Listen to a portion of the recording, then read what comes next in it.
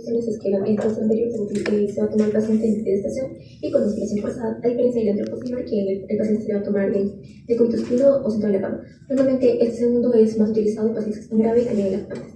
Ahora, ¿cómo podemos diferenciar qué placa es anteroposterior o posterior o anterior? Por ejemplo, tenemos la figura 1A y sabemos que esto es posterior anterior. ¿Por qué? Porque una placa posterior anterior va a ser mucho más nítido, tiene los bordes más delimitados y con esa inspiración forzada se observa de mejor manera el tumor. Ahora también hay menos magnificación, que quiere decir que en este caso el tamaño de los órganos van a estar mucho más grandes, que es todo lo contrario de la figura 1B, que este sí es anteroposterior porque la imagen es menos nítida, los bordes están menos delimitados y hay más magnificación. Ahora tenemos dos placas entonces, una posterior anterior y una anteroposterior. ¿Okay? Roy Quispe-Charco. Concretamente, y algo fácil, ¿cómo me doy cuenta que la placa a su mano derecha, como el radiólogo siempre ve que la número 1.1 es la derecha, es el lado derecho? ¿Cómo sabe que la 1.1 es derecho, es PA y la otra es AP? En la primera imagen podemos ver una imagen más nítida, es la primera diferencia entre una placa posterior anterior y una anteroposterior. La nitidez, también hay un mejor límite de los órganos, aparte de ello no hay una magnificación de ellos mismos tan grande y como se puede ver el diafragma y el corazón también se van a ver más delimitados y el corazón no está magnificado. Aparte de ello, también se ve más oscuro el área pulmonar. Ya, entonces, una parte clave que uno tiene que ver, bueno, en general, para calificar una placa, ya, la placa tiene que estar bien inspirada, bien penetrada, no rotada y no magnificada. Bueno, son 4 puntos clave. Entonces, en una placa PA, ¿a quién se le hace? A un paciente que puede inspirar profundamente. Por ejemplo, al paciente le piden que respire profundo, ¿no? De hecho, que respire hondo. Ha respirado profundo y yo puedo ver por lo menos 9 arcos costales posteriores, ¿de acuerdo? O 6 anteriores. Acá ahora pues, la 1 no se puede ver arriba, pero más o menos tengo 1, 2, 3, 4, 5, 6, 7, 8, 9, 10 arcos tengo, estoy sobrado. Con 9 me va recontra bien. Esa placa está bien inspirada, o sea, el paciente podría estar bien parado. Como el paciente está de pie, ya, está parado así como estoy yo, y los rayos X inciden perpendicularmente al paciente, las clavículas se ven dentro del paciente, porque es a este nivel, ¿no es cierto? En cambio, en estas placas los pacientes están medio semisentados, ¿no? No están parados, están así. Los rayos X entran más o menos de esta manera y hacen que simulen que las clavículas del paciente estén fuera. Pero ¿realmente las clavículas del paciente estarán fuera? No, ¿no es cierto? Simplemente es una cosa de imagen. Una cosa de imagen. Por la forma como los rayos inciden en el paciente, que no son perpendiculares, sino más bien son oblicuos y sacan las clavículas de fuera. Ahora, como es un paciente que no puede respirar profundamente, ¿qué pasa? Los diafragmas están elevados y por consiguiente el corazón aparenta ser magnificado, pero también está magnificado por este fenómeno, ¿no? Si estoy así, mi corazón está pegado al chasis, ¿no es cierto? Acá está el chasis.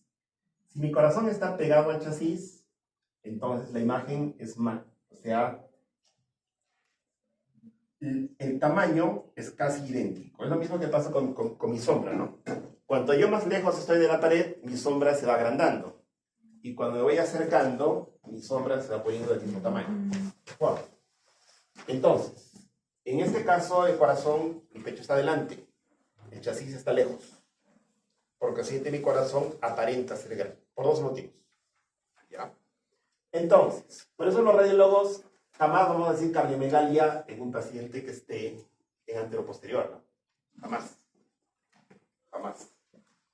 Por eso primero calificamos la placa.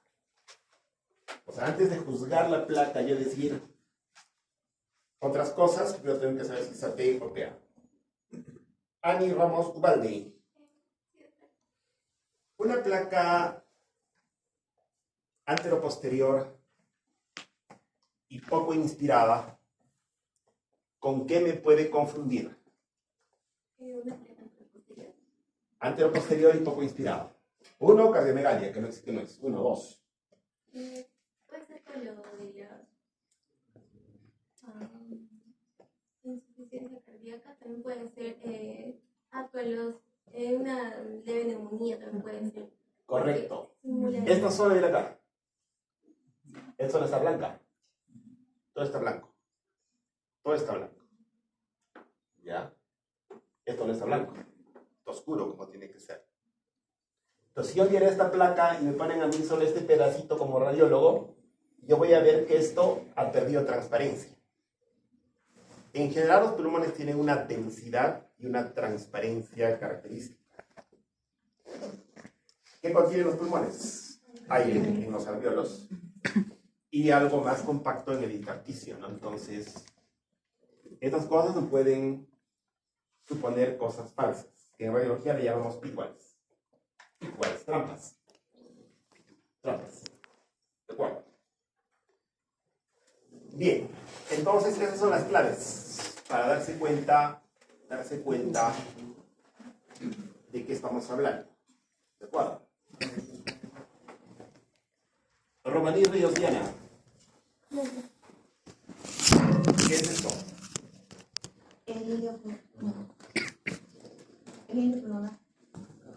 Esto acá. Trata de seguir esta imagen que estoy acá mostrando. Es una manguera.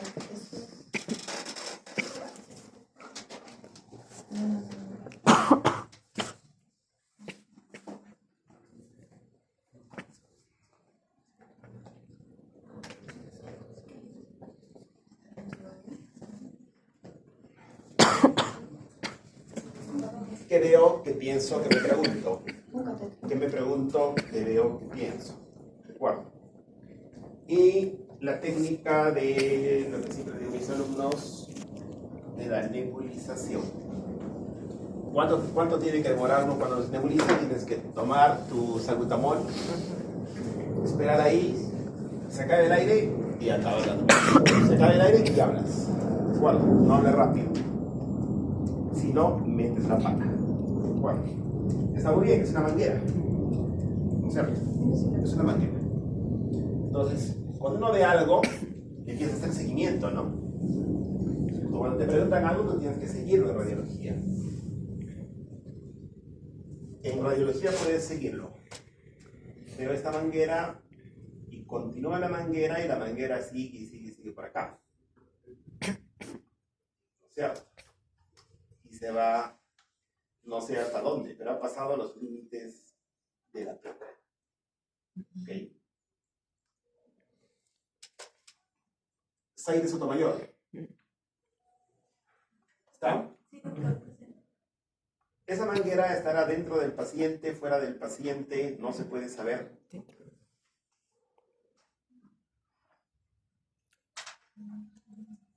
Fuera del paciente. No sabes. Fuera del paciente, doctor.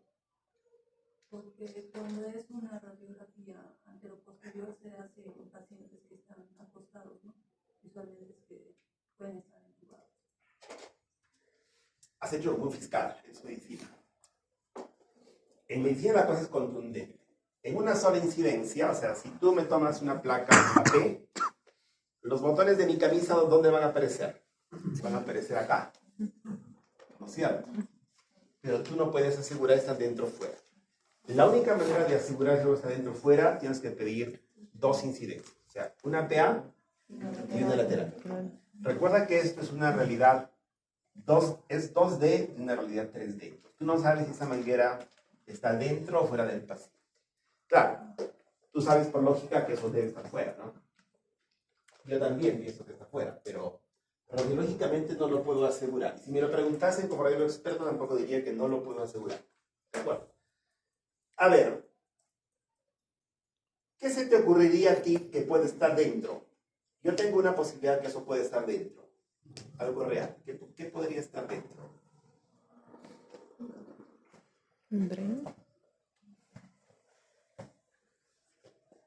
Imagination. Porque atraviesa todo el paciente, ¿no?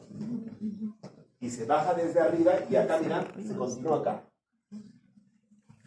Por ejemplo, si me obligan y me hincan a decir qué puede ser y me están torturando ahí y tengo que hablar algo, ¿qué tendría que decir?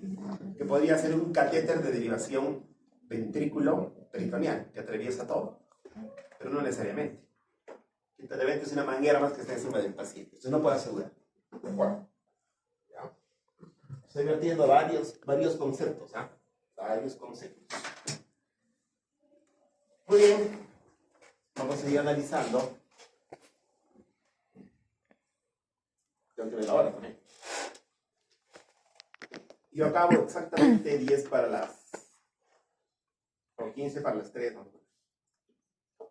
Y empiezo exactamente a la 1. Hoy día me demora un poco. Queriendo llamar listo el código.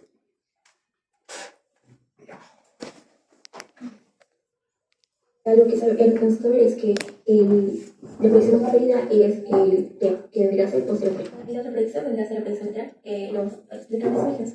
Por ejemplo, tenemos la figura 1-2A y 1-2B. En el caso de la figura 1-2A, que es una predicción posterior anterior, no se puede observar nada, no mucha diferencia de la predicción de la figura 1-2B, que es una predicción lateral. Y acá en la predicción lateral podemos ver que hay una densidad focal que está sobre el cuerpo lateral.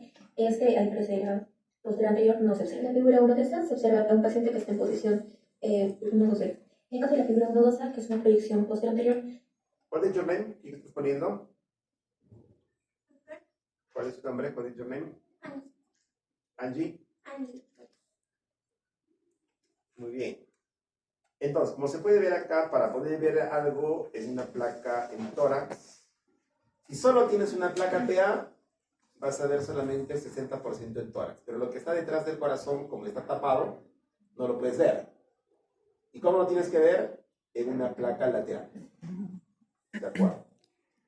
Mi pregunta es, esta vértebra densa, se ve una vértebra blanca, ¿no? ¿La patología será de la vértebra o puede ser del pulmón?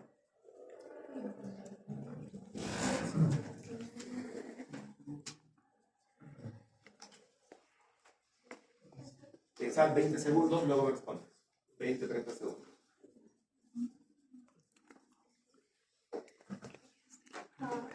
Puede ser del pulmón, doctor. ¿Por qué? Porque en este caso, debido a como yo ya he mencionado, el caso del lateral nos ayuda a identificar más que todo cuando hay una lesión o algo por el estilo detrás del corazón. Y en este caso podríamos decir que es una leve traumonía, porque hacia un posterior anterior no se observa, pero en lateral sí. Además, si fuera muy denso, podríamos decir, o más blanco, podría ser de vértebra. Pero en este caso no lo es tanto. Muy bien, entonces, ¿cuál es la idea? Cuando pides una lateral, en general te hacen una lateral izquierda. Si solo dice lateral, tú debes asumir que es izquierda, ¿cierto? La pantalla es el chasis. El lado izquierdo de mi cuerpo está acá. Los rayos X atraviesan todo mi cuerpo, ¿ya? Desde mi saco, todo mi cuerpo, hasta llegar al chasis. Por consiguiente, si hubiese una lesión en el pulmón derecho, una bolita en el pulmón derecho más o menos, se pudiese superponer a una vértebra y pudiese verse así. Claro que, como yo tengo las dos incidencias, acá no tengo nada en el pulmón, ¿no? O sea, la única posibilidad sería que estés un poquito detrás acá del corazón, ¿no? La posibilidad de ser pulmón existe, pero como yo tengo esta placa ya acá, que no hay nada, es baja. La máxima posibilidad es que esto sea de vértebra, de una lesión de una vértebra, como una metástasis, por ejemplo. Una metástasis blástica de un cáncer de próstata, ¿ya? Sí podría ser de pulmón, baja la posibilidad, pero existe. Si solo tengo la lateral, sí no puedo decir nada. Si solo tengo la lateral, nomás digo, incremento de lesión de una vértebra que requiero complementar con placa PA. O yo le meto tomografía. Para estar seguro de eso, no vaya a ser una metástasis, otra cosa. ¿Ya? Se van dando cuenta entonces, de lo importante. Nosotros en radiología, ¿qué vemos? Solo densidades y transparencia, ¿no es cierto?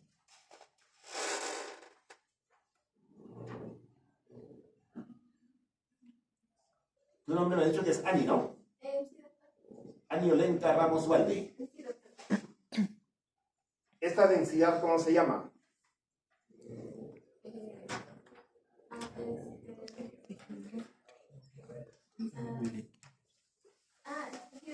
Conozco el tejido blanco. ¿Cuál es el tejido blanco? ¿Qué estructura anatómica es?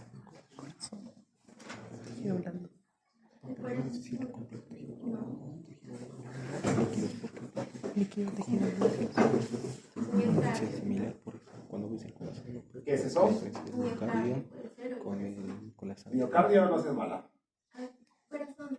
Corazón. Miocardio sería para el patólogo. Esta es radiología. No le pidan a radiología más de lo que te puede dar. ¿Cuál? Radiología solo te da una sombra. Hemos dicho, ¿de qué año son estas placas? De 1895. Hace más de un siglo. Entonces los radiólogos con las justas podían ver densidades y transparencias. Entonces, ¿esta densidad qué cosa es? Tú misma. Acá hay una densidad, ¿no? Una cosa blanca. Acá, como nos dado algo blanco acá, yo estoy marcando algo blanco acá. También tejido blanco podría ser. Es densidad de partes blandas, pero estoy preguntando qué estructura anatómica corresponde. O es enfermedad, eso hay dos posibilidades. O es enfermedad o es algo sano, ¿no? Yo te digo que es algo sano. ¿Y ese algo sano cómo se llama? No es el callo aórtico. No me digas si no es, no es. Tú dime, eso no es. El callo aórtico. Listo, te doy cuenta. Cuando yo ponga en mi examen y me respondas, no es el callo aórtico, yo simplemente voy. ¿Qué estructura anatómica señala la punta de flecha? Está acá, de pitrolas. Todo esto, ¿qué estructura anatómica es? La tráquea. ¿Qué densidad tiene?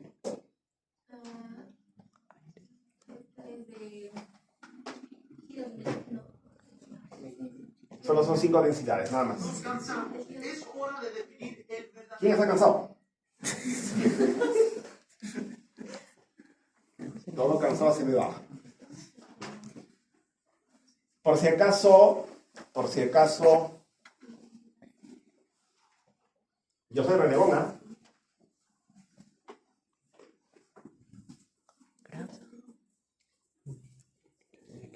Si alguien en mi clase me va haciendo cosas que no son de mi clase, lo voto y probablemente lo tenga jalado como 5 semestres. No perdono. ¿De acuerdo? Los que pasen la puerta de mi clase lo piensan 2 veces antes de atravesar la puerta. Pasan despiertos y conscientes. ¿Okay? O sea, como diría Chopra, aquí y ahora. ¿De acuerdo? Como decía Chopra, los que viven en el pasado, ¿cómo viven? Depresivos, deprimidos, pensando en cosas del pasado. Si hubiera hecho aquello, mejor me hubiese metido a otra carrera y no a medicina, algo así, viven deprimidos. Y los que viven en el futuro viven ansiosos, pensando, uy, ¿qué pasará? Que sea más difícil. No, estar acá nada más, en mi clase. Cuarto. Bien, entonces estamos hablando de densidades. Qué simpático es esto de las densidades que estamos viendo, ¿no? Como el corazón es blanco, pero miren que esto también puede ser igual, ¿no? O sea, solo tengo 5 densidades en radiología, ¿no? Por eso es algo antiguo, ¿no? Que no me puede asegurar algo, solo casi son supuestos nomás en radiología convencional. ¿De acuerdo? Bien, pero estamos razonando y pensando, ¿de acuerdo? De eso se trata, de razonar y pensar.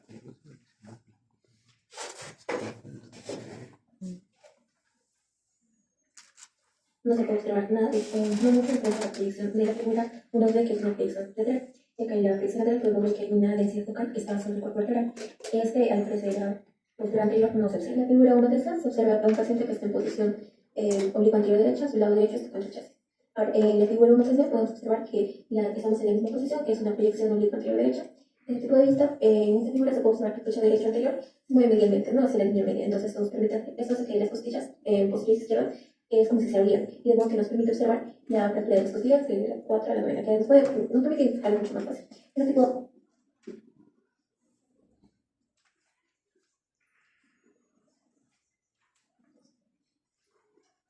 Solórzano Fernández. ¿Qué estructura anatómica es esta que estoy señalando acá con el puntero láser?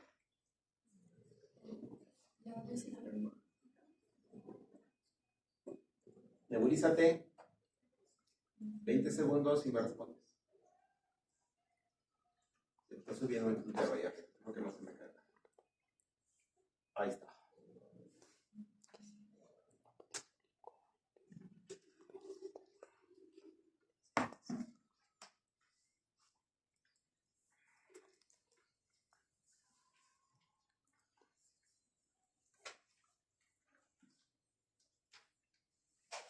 En radiología yo le llamo el signo de la botella, ¿no? El signo del nivel hidroaéreo.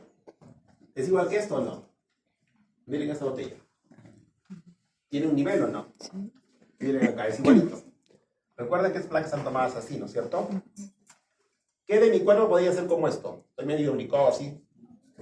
Pero ¿qué puede ser así que tenga un nivel ahí? El estómago, ¿no? No puede ser otra cosa. Eso es el estómago. Entonces, si este paciente le hubiera tomado solamente de repente una P recto, estas fracturas costales, en múltiples arcos costales, solución de considerablemente no se ven. Pero el hecho de que yo lo oblicúe un poquito al paciente, hace que como que las costillas se alargan y yo pueda ver las fracturas. Entonces, para ver fracturas, requiero sí o sí placas oblicuas. ¿Ya? ¿Y hacia dónde se ubicó el paciente? Hacia el lado donde se el golpe. Ustedes van a examinar al paciente. ¿Ya? Tienen que examinar a su paciente. Estoy viendo últimamente médicos jóvenes que no examinan a sus pacientes, tienen miedo a los pacientes. Yo diría, si tienen miedo a los pacientes, ¿qué hacen acá? Ahora tienen que usar a los pacientes, pero tienen que examinar a su paciente, tocarlo. No tienes una hipótesis diagnóstica. ¿Cuál es? Que tiene una fractura costal. Y para una hipótesis, ¿qué tienes que hacer? Tienes que demostrarla. ¿Cómo? Con una radiografía de tórax, AP y oblicuo anterior derecha, si es el caso de que la molestia sea en el lado derecho. ¿De acuerdo?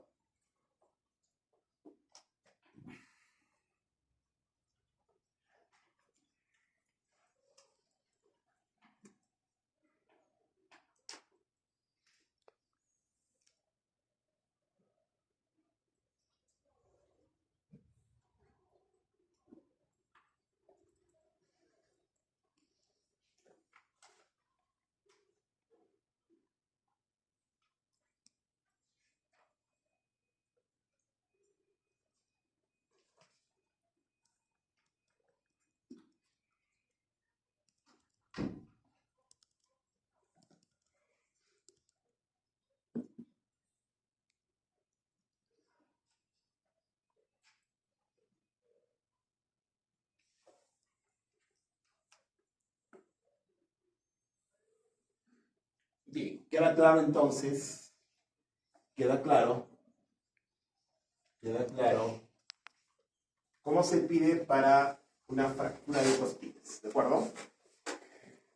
Entonces, en mi examen yo pregunto preguntas para marcar y también para desarrollar, ¿no? Ya, en examen práctico podría preguntarles algo fácil como esto, ¿no? La punta de flecha señala un nivel hidroaéreo en el estómago. Listo, caso cerrado. Todo. ¿Qué incidencia es esta? Una oblicua. No sé si es derecha o izquierda, eso es un poco tranca esa hora. Porque a veces no todos hacen un protocolo adecuado en radiología.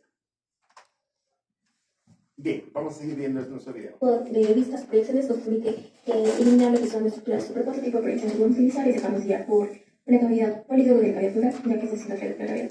En este caso, observamos que la figura 1.4 tenemos que el diafragma izquierdo es más alto que el diafragma derecho, lo cual es normal, ya que debería ser al revés. Ahora, en este caso, le debemos ayudar a encontrar la causa. Ahora, en la figura 1.4b tenemos que el paciente está en el cúbito lateral izquierdo, donde se observa que hay una banda blanca entre las costillas izquierda y también el pulmón izquierdo, lo cual nos estaría dando un posible diagnóstico de un derrame pleural. Para diagnosticar un neumotórax, la posición nos estaría dando un... Ya, entonces, esto, digamos, ya no se hace. ¿Ya? O sea, antes no había quiz blancos. ¿El quiz blanco qué cosa es? El ecógrafo. ¿Cierto? Cuando yo recién me decía, una pasa de quiz, pásame el quiz. No, una pasa de quiz. Entonces, como acá el diafragma está medio elevado y está obturado, digamos, como que están pensando que pudiese haber un derrame. O sea, el paciente en esa época, ¿qué hacía? Lo ponían de costado. Entonces, si se opacificaba esa parte, ya, tú decías, sí, de verdad es un derrame porque se ha movido, ¿no? Es algo que se ha movido. Pero ahora eso no hacemos para nada. Nosotros, si sospechamos derrame, ¿qué tenemos que hacer? Solicitar una ecografía. ¿Ya? Una ecografía de tórax.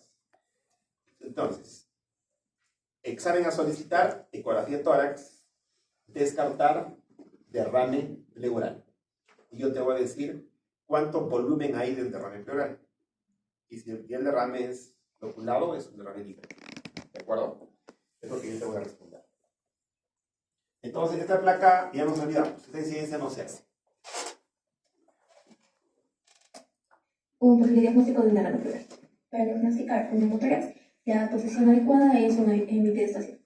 A ver, en caso de que el paciente no tolere estar en bipedestación, se recomienda en decúbito lateral derecho. En la figura 1.5 podemos observar que hay una separación del pulmón entre la caja torácica. Esto es debido a que hay acumulación de aire, ya que a diferencia de que en un derrame pleural, en un neumotórax el aire en parte cae, pasa libre. Entonces ahí se puede observar el espacio que hay, ¿no?, entre el pulmón y la caja torácica. Tú misma, las líneas amarillas, ¿qué estructura anatómica están señalando? El pulmón. El pulmón en general, pero una estructura anatómica en particular. Toda esta línea es una estructura anatómica en particular.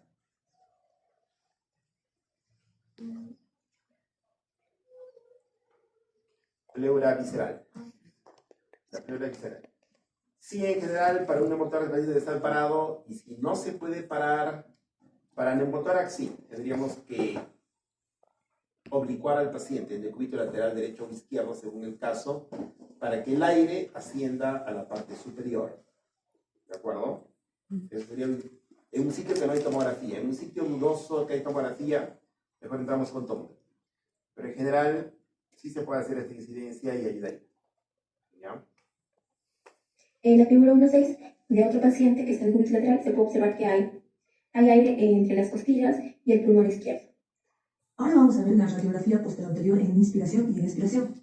Las consideraciones importantes que debemos tomar en cuenta va a ser el tamaño del corazón, la altura del diafragma y lo que es el color del pulmón. En la figura 1.7a vamos a poder ver que esta imagen se va a dar en expiración y vamos a poder ver el corazón más agrandado. Vamos a poder ver que los pulmones se van a tornar medio más blancos y asimismo en la parte inferior vamos a poder ver que el diafragma va a estar más elevado. Sin embargo, en la figura 1.7b vamos a notar que el corazón va a tener un tamaño promedio, vamos a ver que el diafragma va a estar más inferior y vamos a poder notar que se van a notar los pulmones de una forma más oscura. Haciendo una comparación, se va a poder ver entre la imagen de expiración y inspiración que hay una gran diferencia, ¿no?, donde se ve realmente el corazón más grande. Debemos tomar en cuenta que estas imágenes son del mismo paciente, por lo cual nos llevaría a entender de una mejor forma la diferencia de estos. Las radiografías de expiración, estos también van a presentar una gran ventaja. Esto nos va a ayudar a detectar el atrapamiento local de aire en enfisemas asimétricos. Esto debido a algún tipo de obstrucción parcial en los bronquios que esté impidiendo la salida del aire, ¿no?, durante la expiración. Ahora, como vemos, en la figura en la 1.8a vamos a notar el pulmón derecho, que es marcado en color rojo, va a ser visiblemente más negro que el izquierdo. Y en la figura 1.8b vamos a notar que el lado izquierdo, al momento de la expiración, se va a ciclar de una forma normal, tomando una coloración blanquecina, mientras... ¿Cuál es tu nombre? ¿Qué lado está enfermo? ¿El lado negro o el lado más blanco? El lado negro, doctor. ¿Qué diagnóstico puede tener el paciente? Enfisema, doctor, por la acumulación de... 1, 2. También puede ser...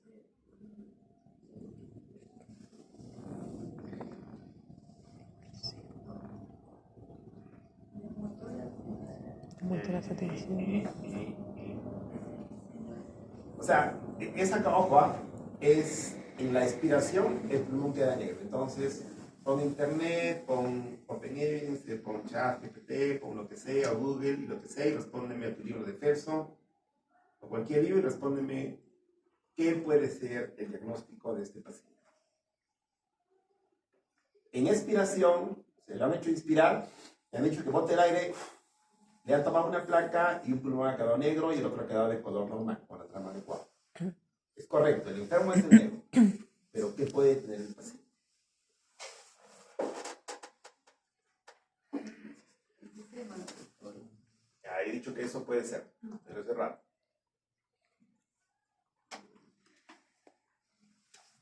lo más probable.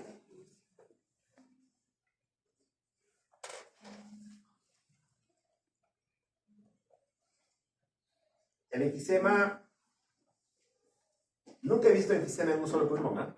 El enfisema es por fumar cigarros, ¿no? La principal causa y afecta a los pulmones. Revisar. Obviamente, todo el grupo debe estar revisando y ayudando, ¿no? Porque la nota es para todos.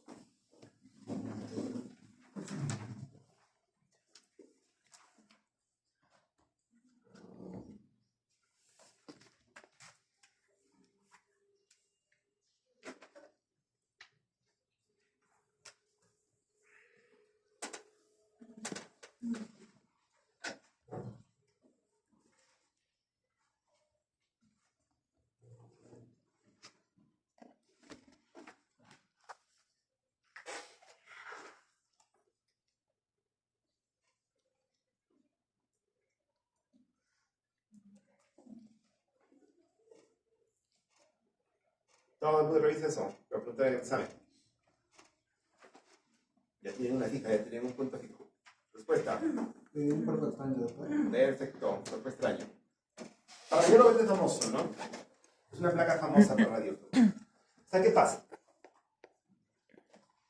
Si yo me trago ahí una villa, me trago un maíz me trago, como un pollo, me trago un maíz, ¿de acuerdo? Ese maíz entra al bronquio, ¿no es cierto? Entra al bronquio. Entonces, cuando inspiro, el aire puede pasar, o sea, como que vence el maíz y se bota. Pero cuando me piden que expire, dice placa de inspiración, boto. Pero eso funciona como una válvula.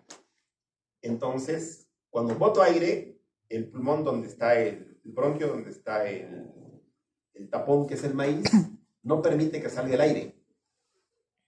¿Ya? Por consiguiente, se queda negro. Se queda negro. ¿De acuerdo? En cambio, en el sano, que se ha botado, ya se pone blanco, ¿no? Y ya se pone como tiene que ser, o sea, con los vasos adecuadamente vistos. ¿De acuerdo? ¿Ya? Esto es el libro de Felson, ¿no? Y esta exposición al de Felson. O sea que han leído poco. No lo suficiente. Mi nota también va a ser poca. No, poco. Tela. Los alumnos que exponen estos casos tienen que leer mucho. Harto. Leerlo, aprenderlo, razonarlo, pensarlo, imaginarse, todo.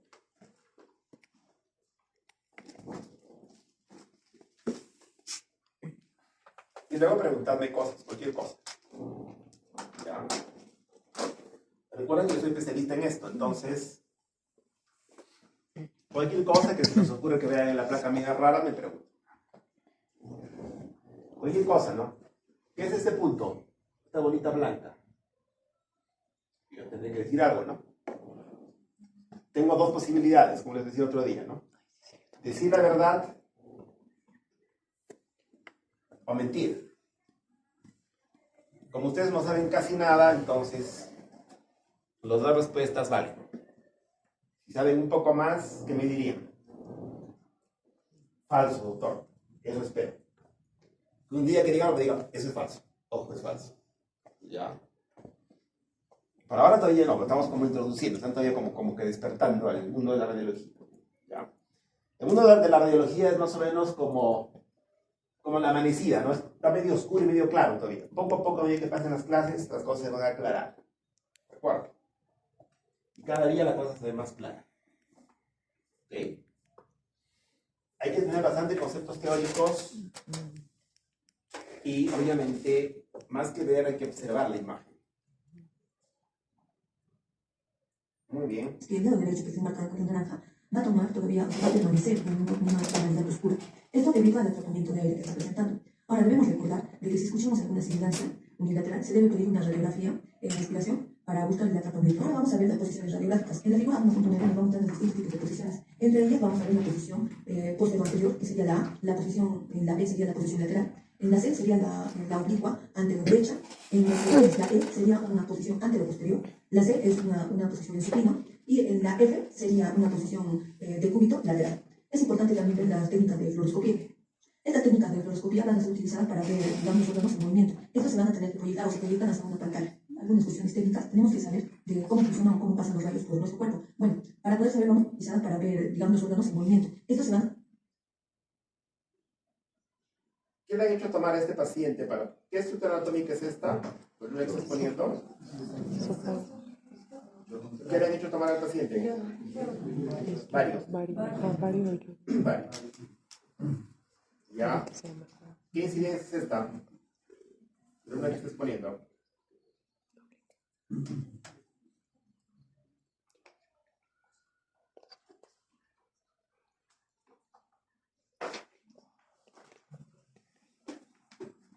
¿Es lateral, lateral o oblicua? Es oblicua, doctor. Listo. Es oblicua. Muy bien. ¿Qué energía se ha utilizado para producir esta imagen de fluoroscopía?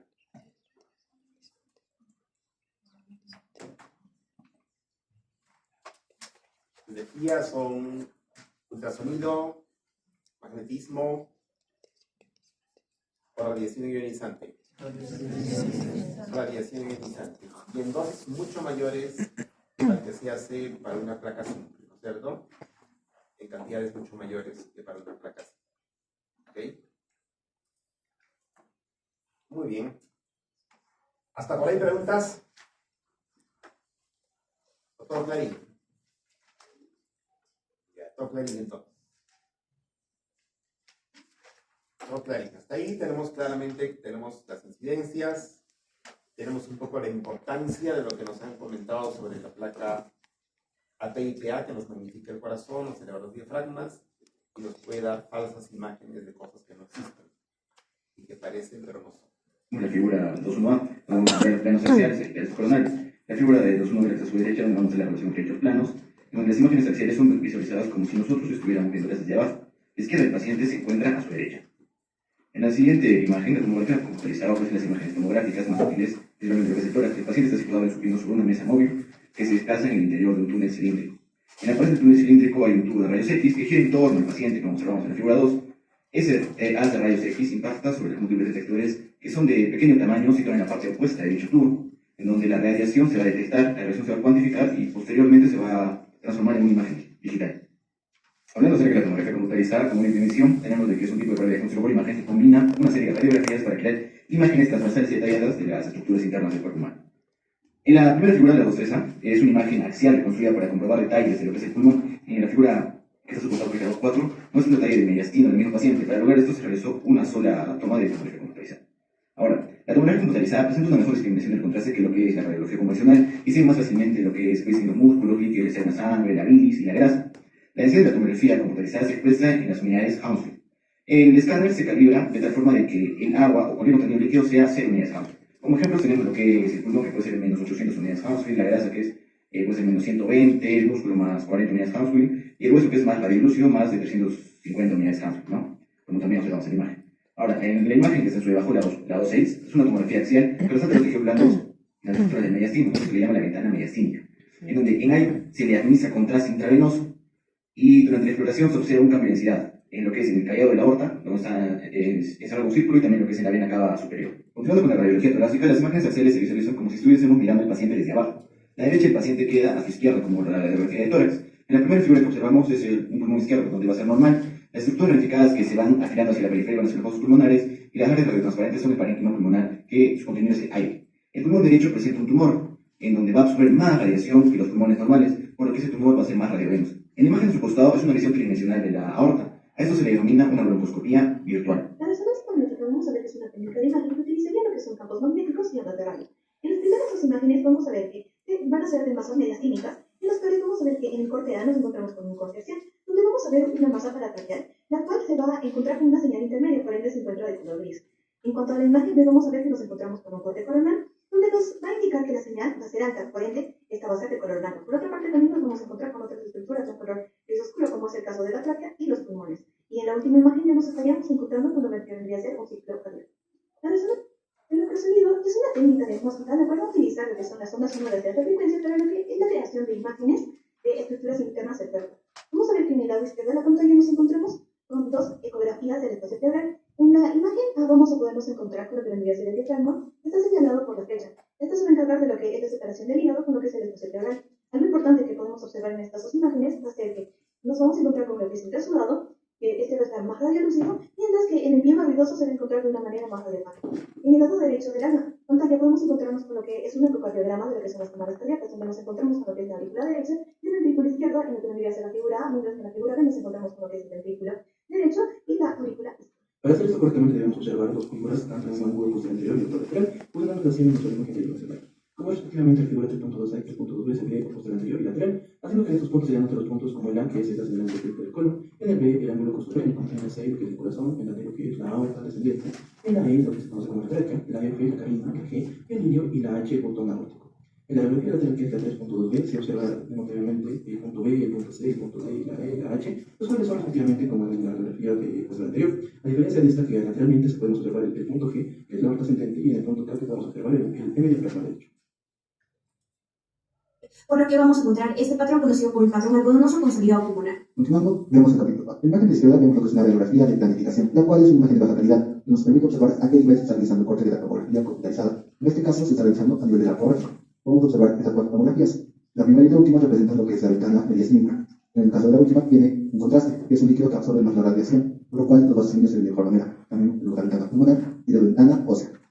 Continuando con la ventana mediastínica podemos observar diferentes cortes. En este nivel tenemos un corte a nivel del arco aórtico. Como podemos observar, tenemos el arco aórtico, tenemos corte de la tomografía computarizada. En este caso, Ya, entonces, la medicina avanza y el año 73, las placas viejas de 1800, de hace más de un siglo, no son reemplazadas, pero las imágenes que antes solo decíamos que era una masa, simplemente una masa, no podíamos decir que más que masa, pero una placa yo no puedo saber si es un quiste o es algo sólido, ¿no es cierto? Solo es una masa, nada más. La medicina avanza y cuando llegan las computadoras, la radiología también le echa mano, ¿de acuerdo? Y gracias a las computadoras puede hacer lo que son las imágenes, digamos, en cortes. O sea, lo que hacemos es agarrar al cuerpo y cortarlo como para hacer chipapa. Un escaneo. Lo podemos hacer con tomografía, que es ideal para el tórax. ¿Ya? La ecografía en el tórax es buena solo para ver derrames. ¿De acuerdo? ¿Ya? Y la resonancia magnética es buena solamente para ver el mediastino. ¿Ya? En general, en el tórax, la tomografía es el examen de elección para toda la patología torácica, superior a todos los miembros. ¿De acuerdo?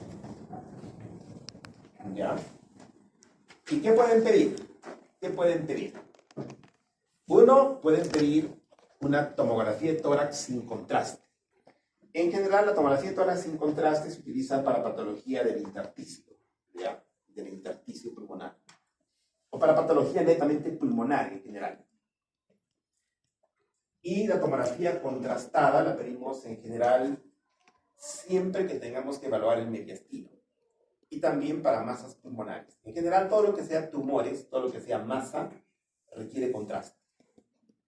Resumiendo y fácil, solo la patología intersticial y alveolar pura como neumonía requeriría solo tomografía sin contraste, ¿ya? Pero toda la patología oncológica, toda la patología, todo lo que son masas, todo lo que sea pelota, masa, lesión expansiva requiere de un estudio contrastado, ¿de acuerdo? Se requiere de un estudio contrastado, ¿ok? Entonces, para yo poder evaluar el cuerpo, ¿qué hace tomografía? Tiene que tener varias ventanas en las que yo pueda evaluar el cuerpo. ¿De acuerdo? No me basta con una sola ventana. La tomografía utiliza ventanas. ¿Ok? Utiliza ventanas. What is your name? Roy. ¿Cómo se llama esta ventana? de la zona pulmonar. La ventana pulmonar que sirve justamente para ver solamente los pulmones y nada más que los pulmones. ¿Y cómo se llaman todas estas líneas blancas? Son vasos sanguíneos, doctor. Los vasos sanguíneos, perfecto. ¿Cómo se llama esta línea blanca que estoy trazando por acá? La císula mayor, doctor. La cisura mayor. Perfecto. Es una ventana de entonces de pulmón. ¿Esta ventana cómo se llama? Es una ventana mediastínica sin contraste. Es una ventana de mediastino sin contraste que sirve para ver obviamente las estructuras del mediastino. ¿Qué está señalando mi flecha? ¿Qué estructura anatómica? Es la tráquea. La tráquea. ¿Esta de acá? ¿Que Es sería el lo mismo esófago. que esta? Esófago, doctor. No. No, es la vena cava superior. La vena cava superior. Que está sin contraste y que está con contraste. ¿De acuerdo? ¿Y esta ventana qué ventana es? Es la ventana ósea. Es la ventana ósea que sirve para ver los huesos. ¿De acuerdo? Entonces, en general, la tomografía obviamente es muy buena y nosotros tenemos infinidad de casos. Nosotros utilizamos mucho que se llama, una página que se llama Radiopedia, ¿ya? Radiopaed. Porque nos permite, digamos, estudiar mucho cualquier caso y nos da excelentes imágenes, ¿no? Por ejemplo, hablamos un poco de neumonía. En los casos clínicos que les he puesto, tienen que revisar un poco de esto, ¿ya? Las imágenes son muy buenas. Las imágenes son muy buenas. Son excelentísimas. Y también se traduce automáticamente esto, ¿no? Tiene ahí traductor ahí automático rápido, entonces rápidamente lo tenemos en español también. ¿Ok?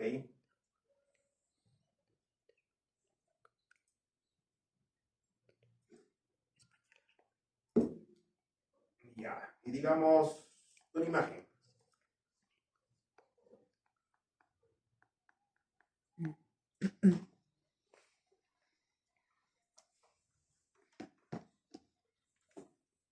Acá tenemos nuestra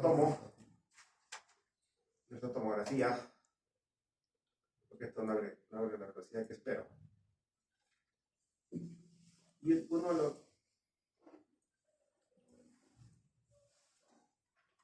normalmente estas imágenes, como que se demora acá también un poquito ahí. Normalmente esto decorre como se hace la tomografía, ¿no? Toda velocidad. Tiene una tomografía completita ahí. Pero este es el indicador. No se me mueve como espero. Entonces, en general, ahí tiene su tomografía. ¿Qué ventana es esta? ¿De lo que estoy poniendo? Pulmonar. Pulmonar. Perfecto. Le pongo un ROI acá al pulmón. Le pongo un ROI y te pregunto, ¿cuántas unidades Hanfield tiene este pulmón? 800. Menos 800. Menos 800. Menos 800. Menos 800. Si la tomografía simplemente por convención le ha puesto 0 unidades Hanfield al agua. Al agua. O sea, nosotros en tomografía, ¿qué medimos? Densidades. Densidades. En tomografía medimos densidades. ¿De acuerdo? En las placas simples, por decir, se hablaba también de densidades, no de 5. En caso de tomografía, tendríamos más de 2000 densidades, porque tenemos desde menos 1000 hasta más 1000, que serían 2000. Pero hay cosas que miden 1300 UHs. Y unidades Hanfield es un nombre X, como puede ser Hoyana o Larapa, que se le ha puesto en honor al descubridor de la tomografía. Hansfield es uno de los descubridores de la tomografía, y por eso que en honor a él se llama Hansfield. ¿Ya? La idea es que tú en tomografía tú puedes decir con precisión, todos los equipos de tomografía y los monitores de lectura tienen cómo leer las densidades. Yo te pongo un ROI, les voy a poner un ROI a los diferentes alumnos del grupo, a cada uno le voy a poner una. para que me digan cuántas unidades Haskell tiene.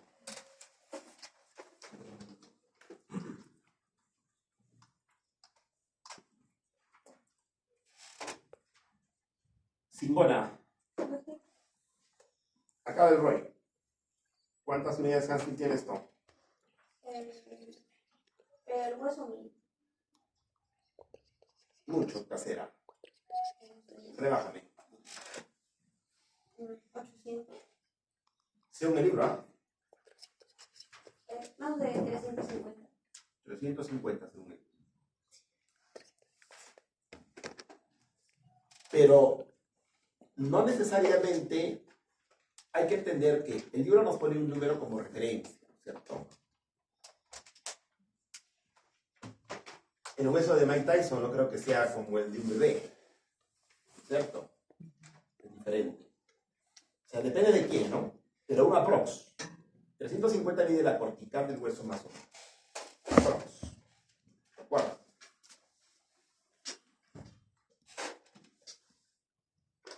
Sardín morado. Músculo paravertebral. 250, Mucho casero. Demasiado. 40, Podría. El músculo en general mide 80, ¿no? Un aproximado. Vamos a ver otra. ¿Qué ventana tengo acá? Acá tengo una de mi destino.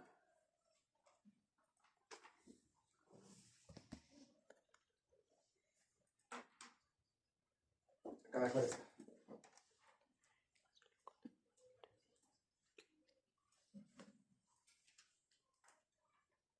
Qué belleza.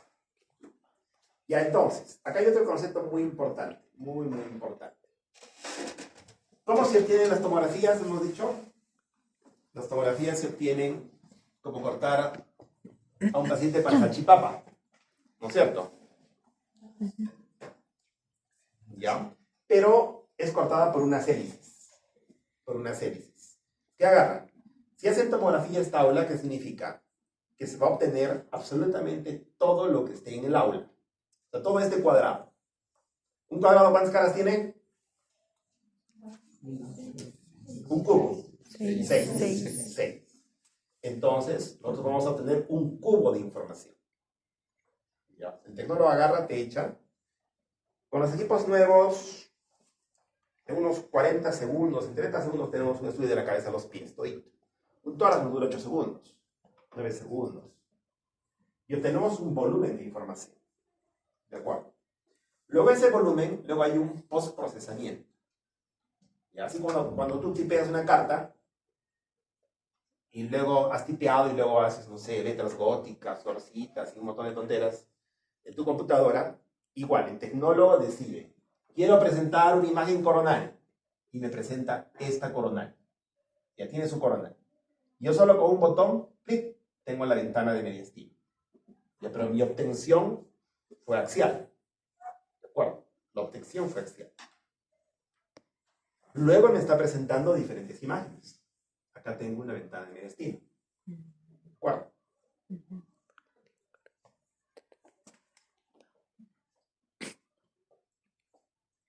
Y esto es una neumonía, ¿no? Una neumonía.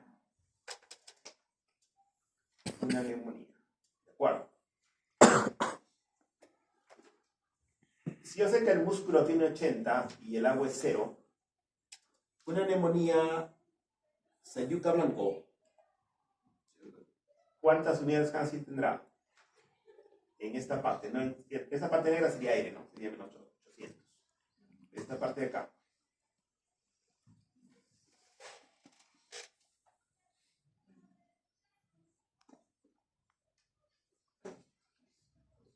No. Porque menos 300 sería aire. O sea, aire es menos 1000, ¿no es cierto? Pero menos 300 sí es como algo con aire, así, ¿no? Y esta parte está compacta. Esto sí podría ser después menos 300. Por ahí puede ser, porque se supone que una neumonía es como una mazamorra, más o menos. una mazamorra. Entonces, nosotros por rayos X, como decía de Abbas, yo por tomografía con precisión, viendo las señales Hansfield, yo más o menos puedo suponer de qué está compuesto algo, por eso puedo diagnosticar mejor. Pero para eso me tengo que conocer. También patología, pues, ¿no? También patología. Ustedes han estudiado ya patología, ¿no es cierto? Han estudiado patología, o sea, saben más o menos, tienen una idea de cómo son las enfermedades. Porque yo que te estoy dibujando acá, enfermedades, pero en grises. Los patólogos ven las enfermedades con formol, ¿no es cierto? En láminas. Los radiólogos lo vemos así. Y si eres clínico, ¿cómo va a ser tu paciente? Simplemente jadeando, no está con neumonía, ¿no? Agitado, saturando 82, no sé. Eso de un clínico, lo ve el paciente. ¿Yo qué veo? Las placas. Pero en conjunto, ¿quién va a ver todo? El clínico, ¿no? Si eres médico clínico, vas a ver la tomografía, el laboratorio, todo tu paciente y lo vas a manejar a tu paciente. Y estas cosas te van a ayudar a tomar decisiones terapéuticas. Te van a ayudar a que decidas bien. ¿Ya? Y esos conceptos de las unidades Hansfield es una cosa que ustedes tienen que dominar, saber bien. ¿De acuerdo? Ahí me dicen en mi examen tal cosa, ¿cuánto mide? Pero no para inventar, yo pregunto solo lo que esté en el libro, ¿no? Yo pregunto solo lo que esté en el libro. Lo que está en el libro es, aunque no sea cierto. ¿De acuerdo? Como les digo, yo puedo medir eso, puedo medir el músculo y de repente el músculo de ese paciente mide, no sé, 40. Pero si en el libro dice 80, es 80, ¿verdad? Por ejemplo, el derrame en el libro dice 0, ¿no? Pero depende de qué derrame, ¿verdad? Si el derrame es de uno que tiene, que se llama insuficiencia renal, ¿qué será? ¿Será un exudado o un trasudado? Un trasudado. Ese debe estar cerca a 0. Pero si el derrame es de un paciente con TBC, ¿será un exudado o un trasudado? Exudado, ese no creo que sea 0. Ese medirá 15. ¿De acuerdo? ¿Se me entiende la idea, no es cierto? ¿Esta agua cuánto tiene? Este es 0. ¿Qué pasa si me hago una limonada azucarada? ¿Cuánto tendrá? Ya no será 0. De repente tendrá 15. Y si le meto 4 cucharas de sal, va a pasar los 20. Va a pasar los 20 con toda seguridad. De solamente es agua, pero sigue siendo líquido, pero su densidad ha cambiado. La sangre, por ejemplo, no es menos de 20, ¿no? La sangre mide 30, más o menos, la sangre fresca. Porque la sangre, ¿qué contiene? Hierro. Hierro. Por eso a los niños anémicos, ¿qué les hacen comer? O tomar pastillas de sulfato ferroso, ¿no? O sea,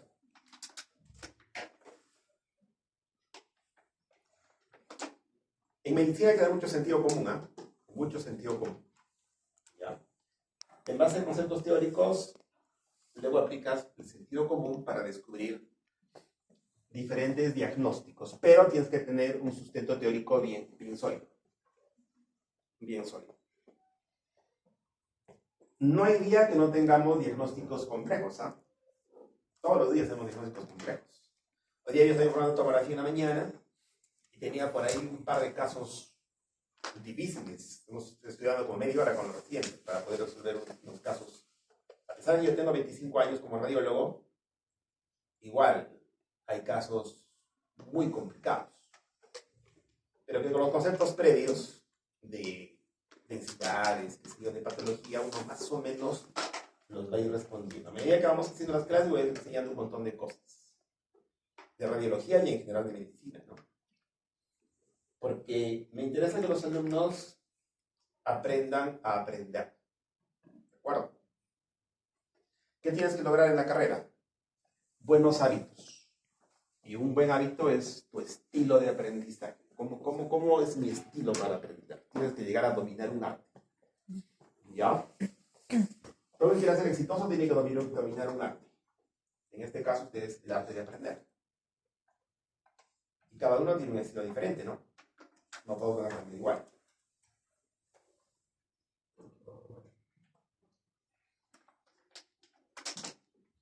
Entonces, ¿qué hago yo en mi clase? Motivarlos. A la verdad, los estoy motivando. Y debo sacarles de dudas. Pues tienen que estudiar para que me pregunten. Me pregunten cosas y vamos saliendo de dudas. Saliendo de dudas. Dudas y más dudas. Dudas hay un montón, ¿no? Cuando uno ve esto todo negro es una locura. ¿Qué es esto?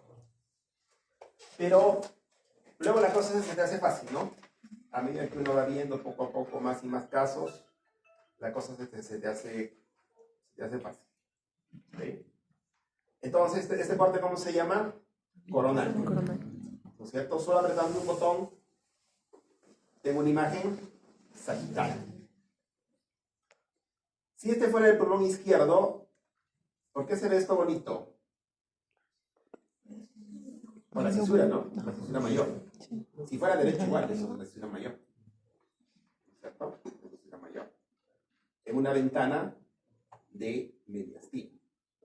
¿Sí? Igual, acá tengo un coronal en mitad del pulmón. ¿No es cierto? Todo el pulmón derecho está enfermo, ¿no? La consolidación alveolar y acá hay entrados alveolares también, todo eso. Entonces, esto es tomografía. ¿Ok? Tomografía se debe usar mucho. Todos nosotros tenemos que aprender a ver los diagnósticos. Obviamente, en tomografía es fácil, ¿no? En rayos X es como ver las cosas entre sombras, ¿no? En tomografía yo veo más, en la siguiente clase vamos a ver eso.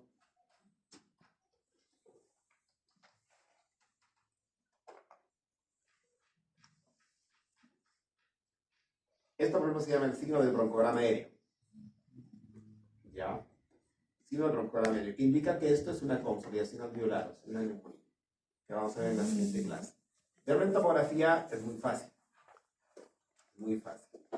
No tanto en placas, ¿no? En placas las cosas son más complicadas, ¿no? La tomografía es mucho más fácil, obviamente, que ver esto, ¿no? Ver esto como que ahí tengo que alucinar más, ¿no? Porque eso de qué años hemos dicho? 1895, ¿no? Descubrimiento de los rayos X. Acá tengo que alucinar mucho más. No tanto en tomografía. En tomografía tengo que saber más. Más conceptos teóricos para que la cosa sea mucho más fácil. Bien, entonces queda claro la parte básica de tomografía. Obviamente, la parte anatómica los alumnos tienen que estudiar bien, ¿eh? En mi examen yo agarro una flecha y te pregunto qué es esto, ¿no? Caso se está realizando a nivel edafógico. Vamos a observar que tenemos el tronco A. Te pregunto luego qué es la G, ¿no? Me dirán que es el tronco de la pulmonar. ¿Qué es el asterisco? ¿Qué es la F? Perfecto. Listo. Entonces, los alumnos tienen que dominar a la perfección la parte anatómica. ¿Ya? ¿Para qué hablaría yo la parte anatómica hoy día? ¿Podría dar todo el día la parte anatómica y los alumnos aprenderían algo? Nada, ¿verdad? Cada uno tiene su manera de aprender, ¿no? Solo saben que yo en el examen les voy a preguntar eso. Lo único que tienen que saber. ¿Por qué? Porque si viene un trombo en la pulmonar derecha, acá un trombo, ya tienes que reconocer cuál es la pulmonar derecha, ¿no? Para poder saber. Entonces, tienes que dominar esa parte anatómica. Lo que sí, yo te enseño es que este es un estudio contrastado. ¿Y por qué es contrastado? Porque obviamente las estructuras se ven más blancas, más tensas. Si una aorta sin contraste mide 30 unidades Hounsfield, ¿cuánto tendrá una aorta con contraste? Es lo que estás poniendo. Aproximadamente más, no, pero eso no está en el libro.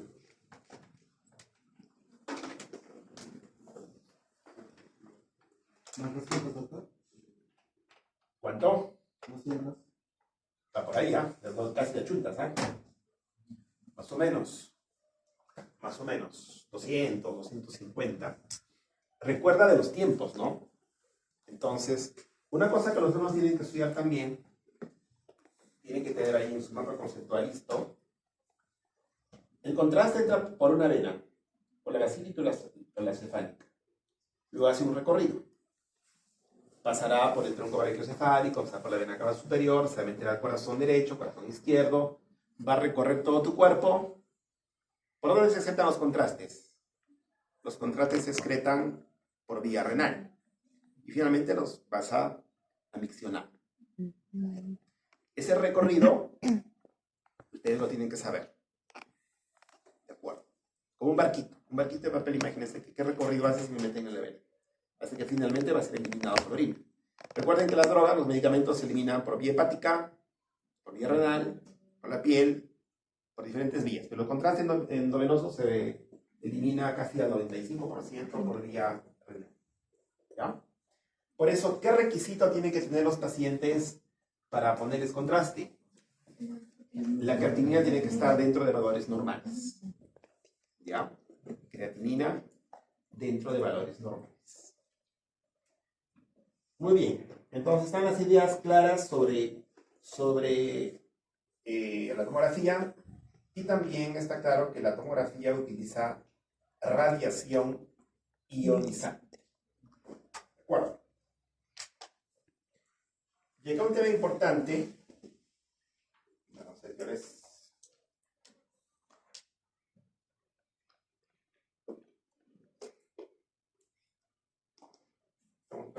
Perfecto. Cuando me someten a radiación ionizante,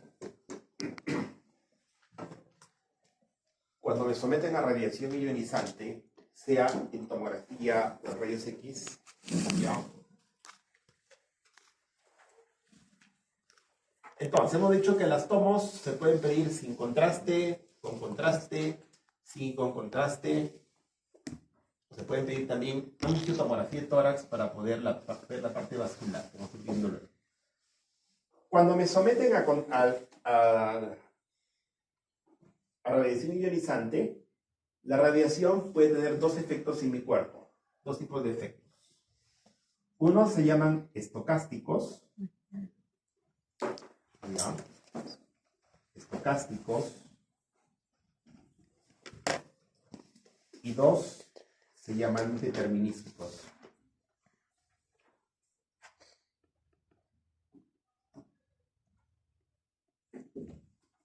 Listo. Lees todos. ¿Qué es ambas cosas? ¿Qué es estocástico y qué es determinístico?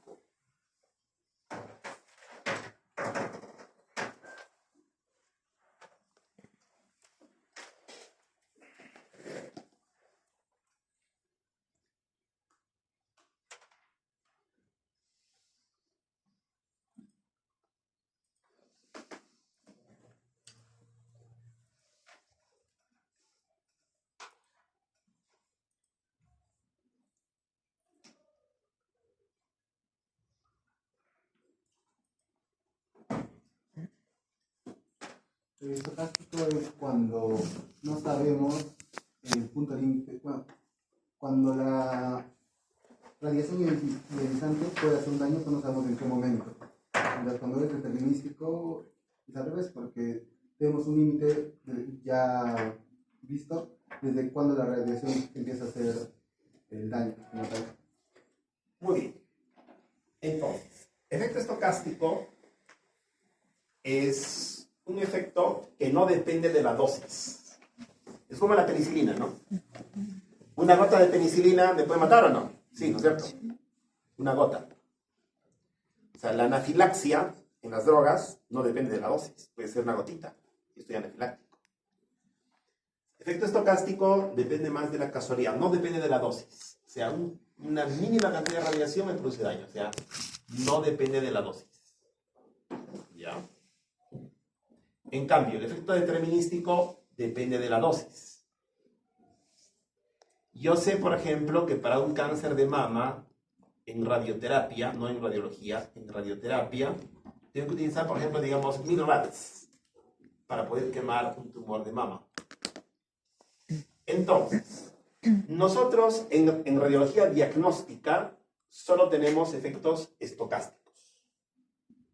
En RX diagnóstica, o sea, en diagnóstico por imágenes, en diagnóstico por imágenes nosotros solamente podemos tener efectos estocásticos, ¿ya? Que son casuales, o sea, no depende de una dosis precisa, pero a más dosis, más riesgo. Más riesgo. Por eso se sabe que el 5% de los cánceres mundiales son por culpa de tomografías. ¿Ya? Pero no son todos. Si no todos tenían cáncer, ¿no? Y no serían tomografías. ¿De acuerdo? Pero a más dosis, más riesgo, pero sigue siendo un poco aleatorio. En cambio, el determinístico se utiliza en la especialidad de radioterapia, donde tú quieres hacer algo en particular, vas a quemar un tumor y tú tienes que saber la dosis. Con esto voy a quemar el tumor de este paciente y el tumor mide tanto. Los radioterapeutas miden el tamaño de los tumores, calculan su aparato y calculan la radiación. ¿Cuánta radiación le dan al paciente para quemar ese tumor que quieren quemar? Eso se llama determinístico. ¿De acuerdo? Pero tienen que saber que una tomografía de tórax equivale a 80 placas de tórax. Y una tomografía de abdomen equivale a 400 placas de tórax. Por consiguiente, los riesgos van aumentando, si bien es cierto, son aleatorios. Bien, como todo en la vida, para leer una placa de tórax, yo tengo que tener una sistemática de lectura, ¿no es cierto? Y ahora nos van a explicar cómo tenemos que leer la placa de tórax. Para esa sistemática, también se puede aplicar la misma a la tomografía. ¿Para qué seguimos un orden? Para no olvidarnos de nada, ¿no? No olvidarnos de nada. Vamos a escuchar cómo deben de ser las placas.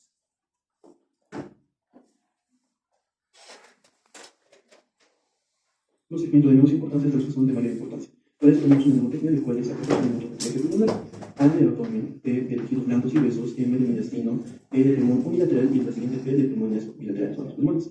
Aparte de ello, podemos observar en la figura 3.4b los distintos puntos A, B, C, D.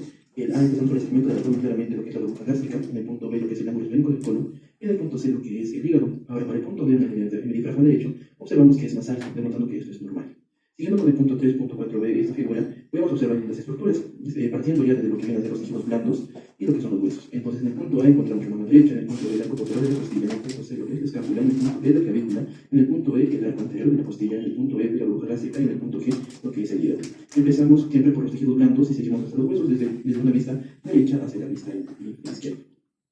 Bien. En cuanto al mediastino, podemos encontrar que habrá una de complicaciones, puesto que tiene distintas estructuras superpuestas. Entonces, a partir de ahí tenemos la figura 3.5a y 3.5b, donde podemos observar una separación rápida, siendo estas que la A, podemos visualizar la tráquea y la carina, la B, la aorta y el corazón en el punto 0, que es el ilio. Ahora, a partir de la figura 3.5c, podemos observar ya las figuras, como puede ser en el punto 1 la tráquea, en el punto 2 la carina, en el punto 3 el botón aórtico, que es el número del arco, en el cuarto, que es la aorta ascendente, el 5, que es la aorta descendente, el 6 el corazón y 7 el ilio derecho. Esta va a ser la forma habitual que ligeramente se encuentra más alto que el derecho, en cuanto a lo que es el ilio izquierdo. Cuando solicitamos una radiografía de tórax, cuando queremos hablar de alguna enfermedad pulmonar, primero observamos el ángulo costodiafragmático de un pulmón, observamos a todo ese pulmón por completo, hacemos lo mismo con el pulmón contralateral y finalmente comparamos ambos pulmones. Para observar la radiografía de tórax lateral, iniciamos por debajo del diafragma, luego en la parte inferior y posterior de la columna vertebral, observando los huesos y tejidos blandos, y descendemos desde la tráquea por medio del mediastino. Finalmente le damos una mirada general en forma de zigzag desde la parte superior hasta la parte inferior. Esta cara lateral es de suma importancia porque permite ver los derrames pleurales en el ángulo costodiafragmático posterior. Ahora, dentro del parénquima pulmonar vamos a encontrar los sacos de aire, en este caso los alvéolos, los cuales van a ser radiotransparentes por la presencia de aire, es decir, que vamos a ver de color negro. También observamos al intersticio, que en este caso son los vasos sanguíneos, linfáticos o bronquios, los cuales vamos a observarlos de color blanco a inicios de su ramificación, y conforme van a ramificarse ya no los vamos a observar. Ahora, ¿qué ocurre si hay alguna enfermedad que llega a afectar al intersticio? Pues vamos a ver el intersticio mucho más espeso, pero los alvéolos van a encontrarse con aire, por lo que en la radiografía vamos a observar un pulmón aireado. Ahora, ¿qué ocurre si afecta al alvéolo? Puede contener algún líquido, sangre o tumor. Este se va a observar justamente por la diferencia de densidad de color blanco, y el intersticio que se va a encontrar por debajo del consolidado pulmonar va a ser menos visible, por lo que vamos a encontrar este patrón conocido como el patrón algodonoso consolidado pulmonar. Continuando, vemos el capítulo 4. En la imagen de izquierda vemos lo que es una radiografía de planificación, la cual es una imagen de baja calidad que nos permite observar a qué nivel se está realizando cualquier tomografía computarizada. En este caso se está realizando el ilio derecho. Esta va a ser la forma habitual que... Bien. Entonces, queda claro la mnemotecnia. What's your name? Miguel Sarín. Paso 1. ¿Qué tienes tienes que ver en esta placa posterior anterior como técnica de lectura? ¿Qué es lo primero que... ¿Por dónde tienen que pasar tus ojos? Primero desde la parte superior de la tráquea hasta lo que es el pulmón al corazón. No. Después llegamos Todo desde la tráquea. ¿Qué significa acaso? ¿Perdón? ¿Acaso? ¿Qué es acaso? Acaso. Ahí dice acaso, ¿no? Sí. Ya. ¿Qué significa acaso? Abdomen. Entonces mis ojos tienen que pasar por los diafragmas. Por los diafragmas. ¿De acuerdo? O sea, lo primero que tienes que ver son todos los diafragmas. Y esa es tu mnemotecnia. ¿Acaso? O sea, ver abdomen. En el abdomen tienes que ver los diafragmas, tienes que ver... ¿Qué pudiese ver, por ejemplo, bajo el diafragma? El hígado. El hígado, algo patológico que pudiese encontrar ahí, ¿qué sería, por ejemplo? Líquido que puede ser reducido. Líquido puede haber, pero en rayos no lo vas a hacer. Aire, por ejemplo. Bien, paso 1, mis ojos tienen que pasar a través de los diafragmas. Paso 2. En el paso 2, ¿qué tienes que ver? Los tejidos blandos y huesos. Perfecto. Muy bien. Como las estructuras. ¿Qué hueso es este? Perfecto. Pero mis ojos tendrán que ver, o sea, no hay un atajo al éxito, si tienen que ver costilla por costilla, todas las clavículas, la escápula, la otra clavícula, hueso por hueso, todo, y ver con mucho cuidado los tejidos blandos. Con mucho cuidado tengo que ver el tejido blando, porque si no puedo, acá puedo encontrarme también con diferentes cosas. Paso 3.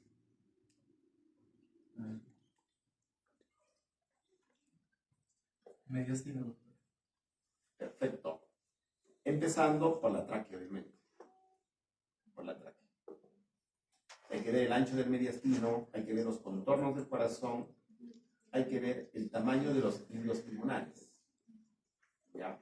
El tamaño de los cilios. ¿De acuerdo?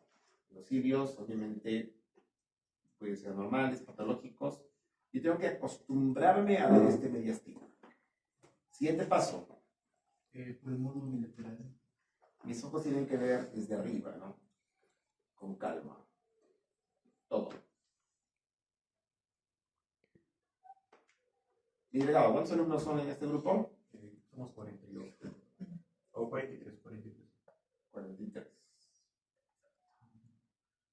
Ya. Entonces, mis ojos tienen que ver pulmón por pulmón. Un lado, luego tienen que ver el otro lado, y luego, ¿qué tienen que hacer? Pulmones bilaterales. Comparar los dos lados. Yo, en toda placa que se me presente, tengo que ver esto. ¿Acaso tiene mucha patología pulmonar? ¿De acuerdo? En mi pasito que voy a tomar el domingo, seguramente voy a poner por acá una bola y voy a preguntar ¿en qué paso de la técnica de lectura se encuentra esa bola? Esa masa ya pues, será en patología. ¿De acuerdo? Ya, entonces, para ver cada cosa, uno tiene que seguir una sistemática. Si no sigues una sistemática, probablemente no puedas verla. ¿De acuerdo? Entonces, todos tienen que seguir la mnemotecnia que se llama ¿acaso tiene mucha patología pulmonar? ¿Ok?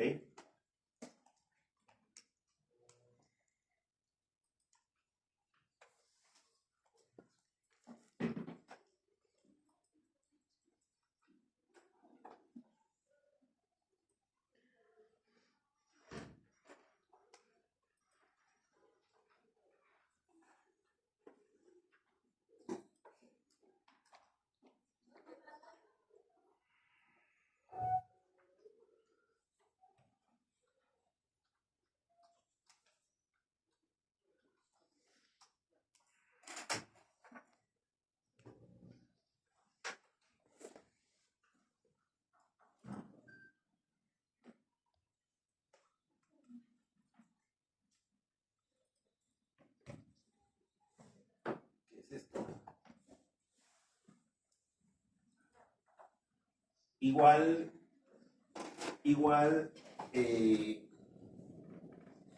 a ver, vamos a ver esto, ¿ya? Vamos a ver en este caso, este estudio. ¿Cuál es tu name? ¿Tú mismo? Miguel. ¿Estás dudando de tu nombre? No, pensé que sí. Listo. Entonces, primero que tienes que ver. El abdomen, doctor. Ya. ¿Hay algo raro o nada? Parece que no. No hay pareceres acá. ¿Sí o no? Nada más. ¿Se puede ver como algo? Pareceres ¿Aire? en otras cosas. Si se ve el diafragma, ya, ves los diafragmas bien, punto. Si no es bien, no es bien. Se ve bien. Listo. Siguiente paso, ¿cuál es? Los tejidos blandos y gruesos. Listo. Léeme entonces los tejidos blandos y los gruesos. Si hay algo raro, hay, y si no hay nada raro, no hay.